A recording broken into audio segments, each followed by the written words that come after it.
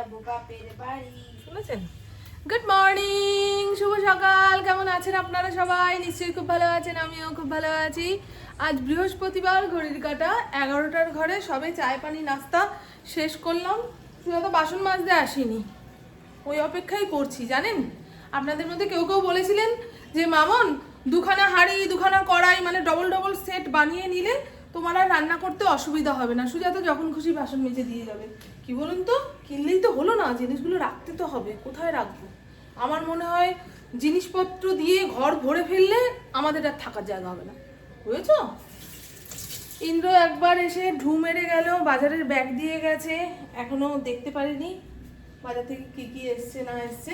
আর কালকে তো দেখলেন এই টোস্টারটা বের করেছি, আজকে এটা ব্যবহার করলাম। সেই ভেতরে না দাগ দাগ হয়ে গেছে, ভালোভাবে তুলতে পারলাম না, কত ঘষাঘষি করেছি। এরপরে ঘষাঘষি করলে এই ননস্টিক ব্যাপারটাই উঠে যাবে। দেখি বাজারের ব্যাগ ঘেটে কি কি এনেছে। আমি আবার কায়দা করে আগে দেখছি ওকে নাকি এক্সাইটেড হতে না করেছে ডাক্তার। দেখো পায়ের আওয়াজ পেয়ে ঘাউ ঘাউ ঘাউ ঘাউ ঘাউ ঘাউ ঘাউ। ও মনে সুজাতাকে চেনে না, সুজাতা আসলো, বুঝেছো? ডাক্তারবাবু বলেছে ফরিনকে এক্সাইটেড হতে না, ওই হচ্ছে বাড়ির বড় মোড়ল।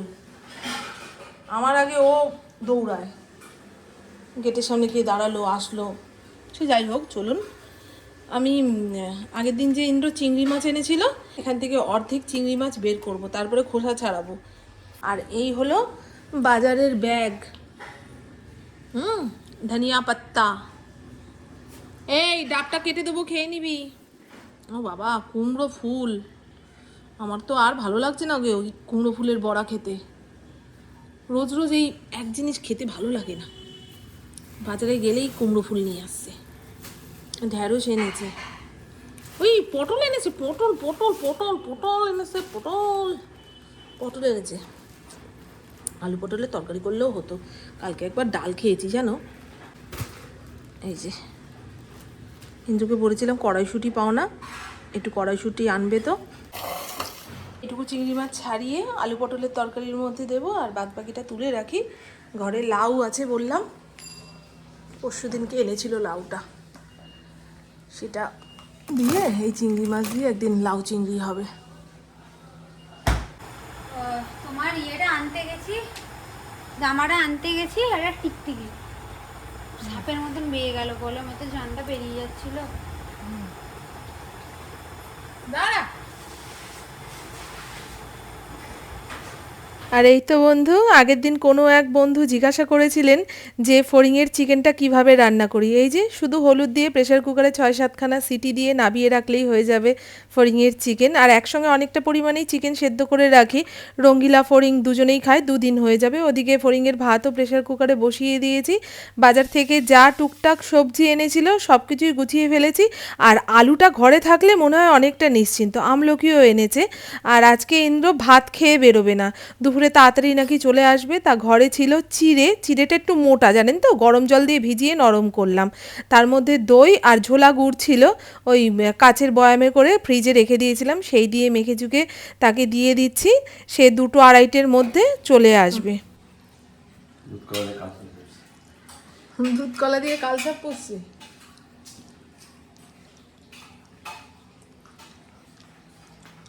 আর জায়গায় বসে খাও না। আর আজকে সকালে ঘুম থেকে ওঠার পরেই দেখছি গা হাত পা কী চাবাচ্ছে, মনে হয় এক্ষুনি তেড়ে ফুঁড়ে জ্বর আসবে। তারপরে ফোনের ক্যালেন্ডারটা চেক করলাম, দেখি আজকে আমাবস্যা। ইদানিং আমার আমাবস্যা, পূর্ণিমা, একাদশীতে গা হাত পা খুব চাবায়। একটা প্যারাসিটামল না খেলে শান্তিমতো কোথাও দাঁড়াতে পারবো না, বসতে পারবো না।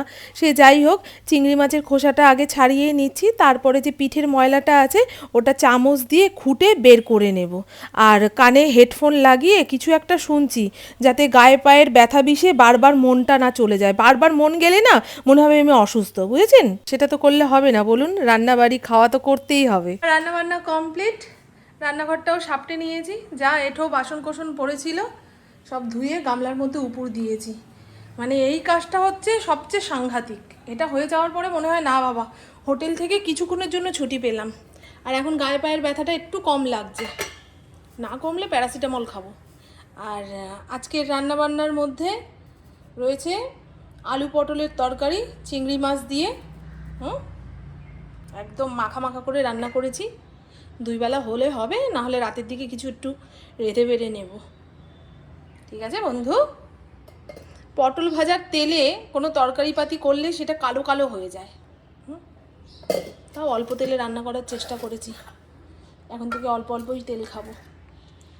এই হলো বিট, গাজর, তারপরে কড়াইশুঁটি, আলু একসঙ্গে ভাজা, জিরি করে কেটেছি।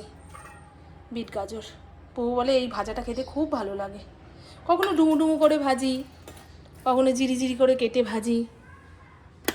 কাটাকুটির ওপরে অনেক সময় তরকারির স্বাদ নির্ভর করে। ফড়িংয়ের খাওয়া দাওয়া হয়ে গেছে। কোথায় আমার ফিরিঙ্গিকে একবার দেখিয়ে নিই। এই দেখুন, ফড়িংয়ের খাওয়া দাওয়া কমপ্লিট। এখন খাওয়ার পরে যে ওষুধগুলো আছে সেগুলো ওকে খাওয়াতে হবে, তাই না মা? এটা এর আগেও খেয়েছে ফড়িং, ফেলেই দিচ্ছে বারবার, গলায় আটকাচ্ছে মনে হয় জানিস।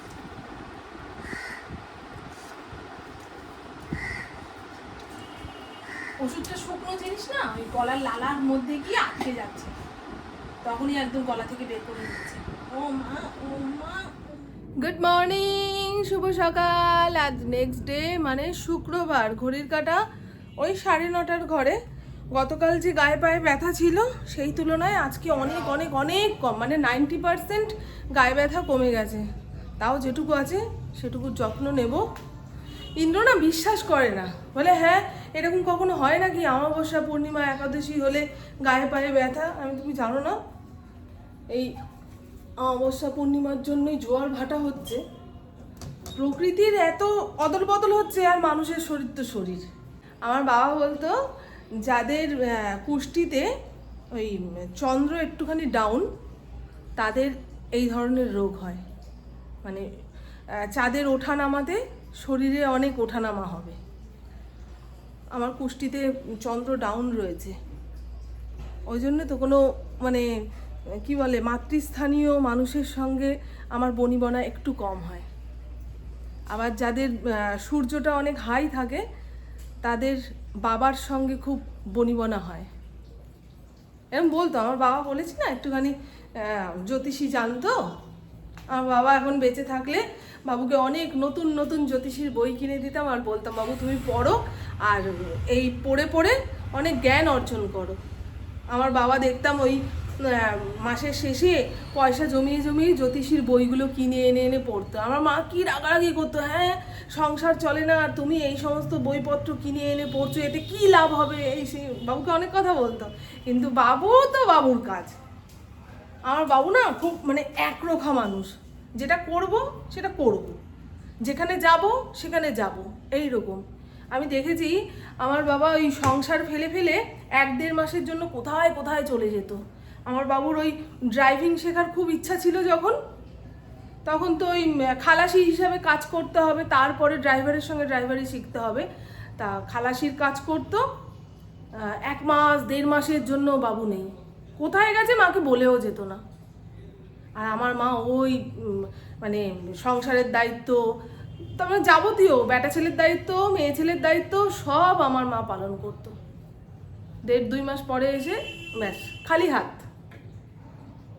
বাবু, মা বলতো কিছু এনেছো হাতে করে? বলে না। তারপরে তো বাবু ড্রাইভিং শিখলো, লোকের গাড়ি চালাতো, তারপরে নিজের গাড়ি কিনলো। আর এই আমার বাবা মারা যাওয়ার আগে বাবুর যে গাড়িটা সেটা কেউ চুরি করে নিয়েছে। কে চুরি করলো বোঝাই গেল না, থানা পুলিশ কত কি হয়ে গেল ওই বাবুর গাড়ি নিয়ে, তাও ধরা পড়লো না চোর। আর বাবুর মাথায় খালি একটাই কথা, আমি তো চাবি দিলাম, চাবি এইভাবে রাখলাম, রেখে বাড়ি অবধি আসলাম।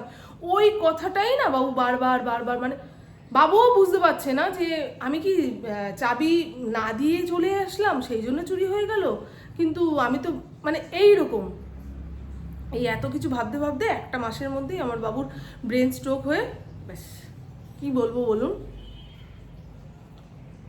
দেশে কত বড় বড় চোর ডাকাত ধরা পড়ে যায়, কিন্তু আমার বাবুর গাড়িটা যে চুরি হলো কে চুরি করলো এইটাও যদি বাবু জেনে যেতে পারতো, বাবু শান্তি পেতো জানো। কিন্তু কি করা যাবে, সে যাই হোক চলুন। আমিও একটুখানি ওই জ্যোতিষীর দিকে না ঝোঁক নিই, মানে আমারও শিখতে ইচ্ছা করে জ্যোতিষীটা, কিন্তু কোথায় শিখবো কিভাবে শিখবো বুঝে উঠতে পারি না বলে আর শেখা হয় না। আমার বাবা বলতো এই জিনিস পড়ে জ্ঞান অর্জন করবি।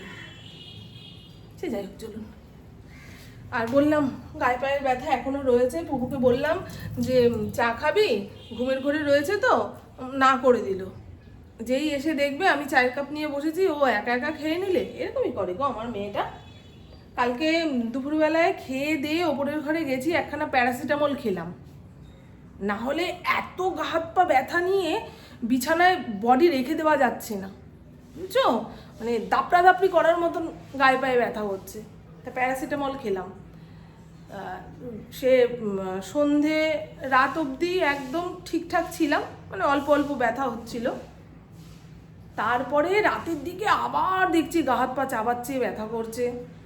তখন আর প্যারাসিটামল খেতে দেয়নি, বলে যতই গায়ে পায়ে ব্যথা হোক না কেন আর প্যারাসিটামল খাবে না, ওরকম মুটো মুটো প্যারাসিটামল খেলে দেখবে ব্যথা বিষ তো সেরে যাবে কিন্তু ভেতরে অন্য রোগ ধরে নেবে। সে যাই হোক, সেই কারণে আর খেলাম না। এখন দেখছি অনেকটা ঠিক রয়েছে, হালকা গরম জল দিয়ে স্নান করলাম। এই ব্যথা অবস্থায় গায়ে গরম জলটা পড়লো তো কি আরাম কি আরাম। আর ওয়েদারটা তো খুব ভালো ভাই, খুব ভালো ওয়েদার। আজকে কি রান্না হবে না হবে সেটা চিন্তা করে নিই, তারপরে চায়ের কাপ নিয়ে বসবো। কালকে ইন্দ্র বলছিল যে ঈদ উৎসব শুরু হচ্ছে, তাহলে আমাদের ঘরেও কি চিকেন মাটন আনবো? আমি না না, আমাদের সুজাতা এখনো ঈদের ছুটি নেয়নি, আমার মনে হয় শনিবার রবিবার নেবে, ওই 2 দিন আমাকেই বাসন মাজতে হবে। সে যাই হোক, আমার গায়ে ব্যথা সেরে যাক, তারপরেও ঈদ উৎসব পড়ুক। বুঝেছেন কি বললাম? আজকে দেখি কি হবে রান্না, ফ্রিজ না ঘাটলে বুঝতে পারবো না। কালকে এতগুলো উচ্ছে নিয়ে এসছে, লাউ রয়েছে, লাউ দিয়ে উচ্ছে দিয়ে ডাল করি আর একটু ভাজাভুজি করে রাখি, ব্যাস শর্টকাট, খেতেও স্বাদ। আমার এই চোখটা খুব লাফাচ্ছে, কোন হাত? ডান হাত, ডান চোখটা খুব লাফাচ্ছে, খুব লাফাচ্ছে। 6-7 দিন হয়ে গেল। কেন গো? ইনো বললো নার্ভের প্রবলেম।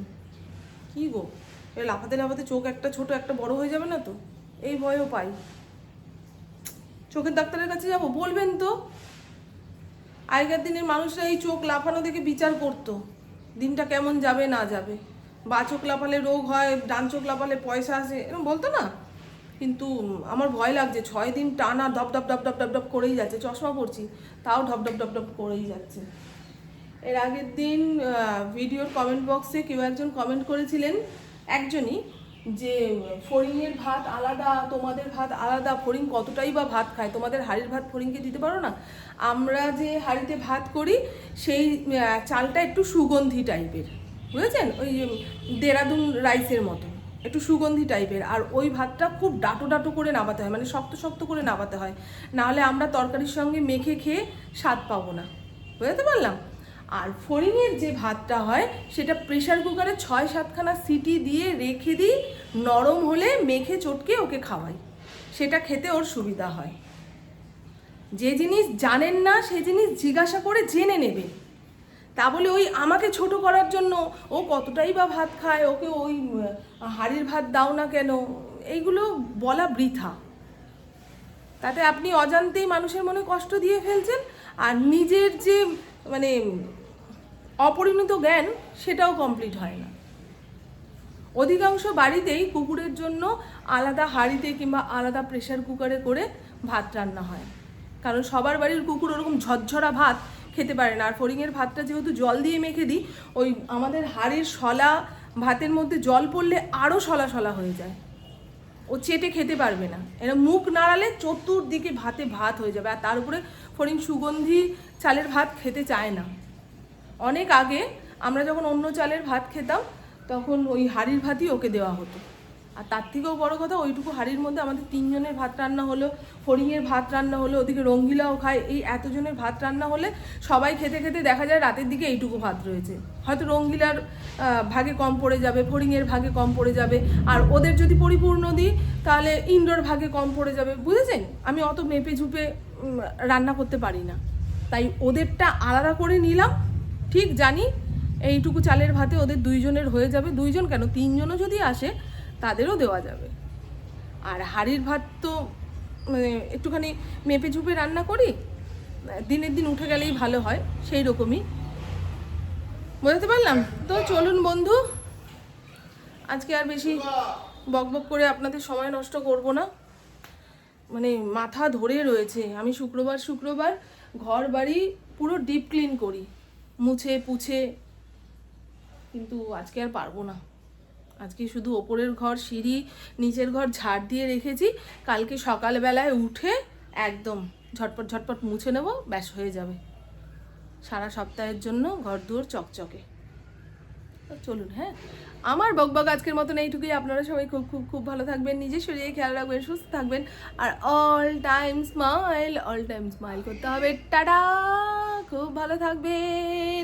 আমার স্নান হয়ে গেছে, ইন্দ্র আসুক, আজকে মনে হয় কাজের অত চাপ নেই, সব মিস্ত্রিরা ঈদের জন্য দেশে গেছে।